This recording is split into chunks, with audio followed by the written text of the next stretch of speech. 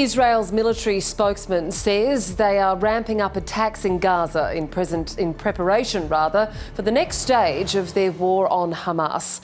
The increased assault comes after the first convoy of supplies entered Gaza since Israel imposed a blockade after the Hamas terror attacks 2 weeks ago. The Israeli military is calling for residents of Gaza City to head south for their safety. For your own safety, move south. We will continue to attack in the area of Gaza City and increase attacks. As the conflict rages on, regional leaders gathered in Egypt to try to stave off a wider conflict in the Middle East.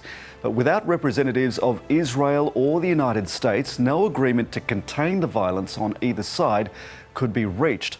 The United Nations Secretary General has called on Israel and Hamas to declare a humanitarian ceasefire as food and water run out and doctors struggle without basic medical supplies. Our near-term goals must be clear. Immediate, unrestricted and sustained humanitarian aid for besieged civilians in Gaza. Immediate and unconditional release of all hostages. And immediate and dedicated efforts to prevent the spread of violence which is increasing the risk of spillover. To advance all these efforts, I appeal for a humanitarian ceasefire now. Excellencies, our sustained collective efforts and resources have never been needed more. ABC's Global Affairs editor John Lyons has more from Ashdod in southern Israel. The Israeli Defence Forces have announced they are going to step up their bombing of the Gaza Strip. Last night here was from the hotel here in Ashdod, the Gaza Strip's in that direction, and even from the hotel all through the night I could just hear this. It seemed to be relentless bombing of the Gaza Strip.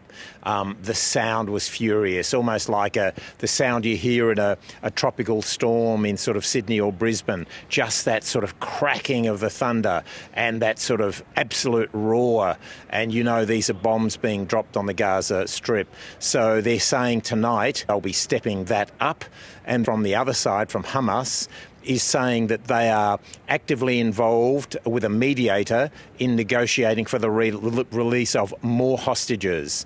I presume that mediator is Qatar, but it's interesting that they're saying they're negotiating for more hostages releases, which in a way could be their way of trying to give themselves more time from an Israeli attack.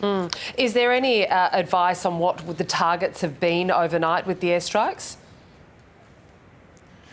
Not particularly. Usually Israel says it's for their attack, bombing, Hamas, where they believe there are Hamas militants or Hamas infrastructure. But if you start looking at pictures of the Gaza Strip now, especially the northern part, neighbourhood after neighbourhood has just been reduced to rubble. And I think in a way the strategy for the Israelis is when they do finally go in a ground invasion, as we expect they will, that essentially they'll be able to see a long way ahead because they will have demolished many of the buildings. However, that in itself presents a military challenge for them because Hamas fighters may then be able to hide in the rubble. There's so much concrete and rubble that it could actually give a bit of cover for the Hamas fighters. Should this aerial attack that you've been seeing overnight be seen as the precursor to this ground invasion?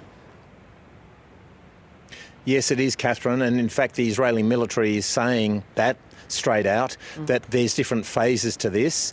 This is essentially the phase of, if you like, preparation before they go in, and then they say the next phase is the ground invasion. So I'd say now that crossing opened and let some humanitarian aid in, not much but a little bit, which is what President Biden wanted it opened, albeit I think he would have wanted to open for longer. Now I think the Israelis have cleared all of what they saw as political obstacles, so I'm expecting that ground invasion to be within the next 12 or 24 hours.